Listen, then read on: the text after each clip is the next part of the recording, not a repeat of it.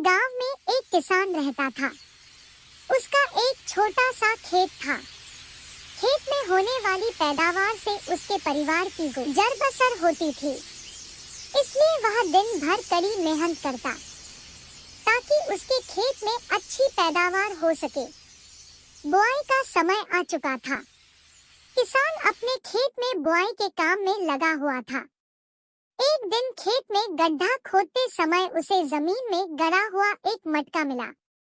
वह मटका आकार में बहुत बड़ा था, इतना बड़ा कि उसमें पूरा का पूरा इंसान ही समा जाए। किसान मटके को देखकर सोचने लगा, अरे इतना बड़ा मटका, इसमें तो एक साथ कई 100 लोगों का खाना बन जाएगा। इसे घर ले चलता हूँ। जब किसी अवसर पर घर में मेहमान आएंगे तो यह मटका काम आएगा।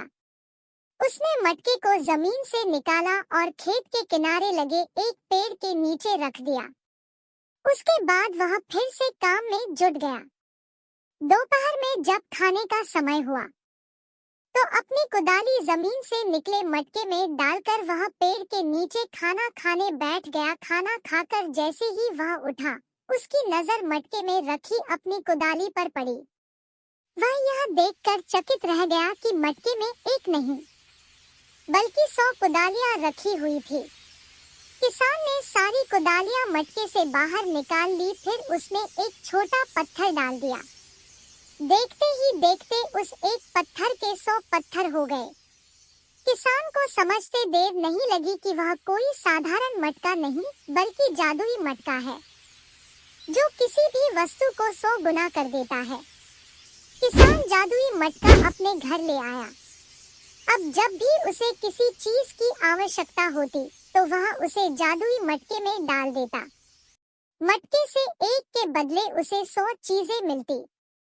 जादुई मटका हर चीज को 100 गुना कर देता था, फिर चाहे वो खाने की चीज हो, कपड़ा हो, सोने के सिक्के हो। किसान को अब किसी चीज की कमी न रही। वह दिन पर दिन धनवान होता गया। किसान की समृद्धि की बात उस राज्य के राजा के पास पहुंची तो उसने इसका भेद जानने के लिए अपने गुप्तचरों को उसके घर भेजा। कई दिन किसान के घर का चक्कर लगाने के बाद एक दिन गुप्तचरों को किसान के जादुई मटके का भेद पता चल गया। उन्होंने यह भेद राजा को जाकर बताया। राजा लालची था। जादुई मटके के बारे में जानकर उसके मन में लालच आ गया। उसने सोचा कि वह मटका किसान के पास नहीं बल्कि मेरे पास होना चाहिए। उसने तुरंत सैनिकों को आदेश देकर जादुई मटका अपने पास मंगवा लिया। जब सैनिक जादुई मटका लेकर राजा के पास पहुंचे तो किसान भी पीछे पीछे वहां आ गया।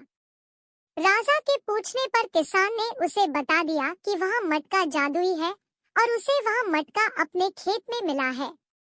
राजा बोला, राज्य की भूमि से मिली किसी भी वस्तु पर सर्वप्रथम राजा का अधिकार होता है, इसलिए इस जादुई मटके पर तुम्हारा नहीं बल्कि मेरा अधिकार है। किसान क्या कहता? वह चुपचाप सिर झुकाए खड़ा रहा। राजा जादुई मटके को पास से देखने के लिए उठा और मटके के पास जाकर उसे देखने लगा। मटके को बाहर से देखने के बाद राजा ने सोचा कि जरा इस मटके के भीतर झांक कर तो देखूं कि आखिर इसमें जादू कैसे होता है। राजा जादुई मटके में झांकने लगा। इसी बीच उसका पैर लड़खड़ाया और वह मटके के अंदर जा गिरा। फिर क्या था? जादुई मटके ने अपना काम कर दिया। एक के बदले अब 100 राजा मटके से बाहर निकले।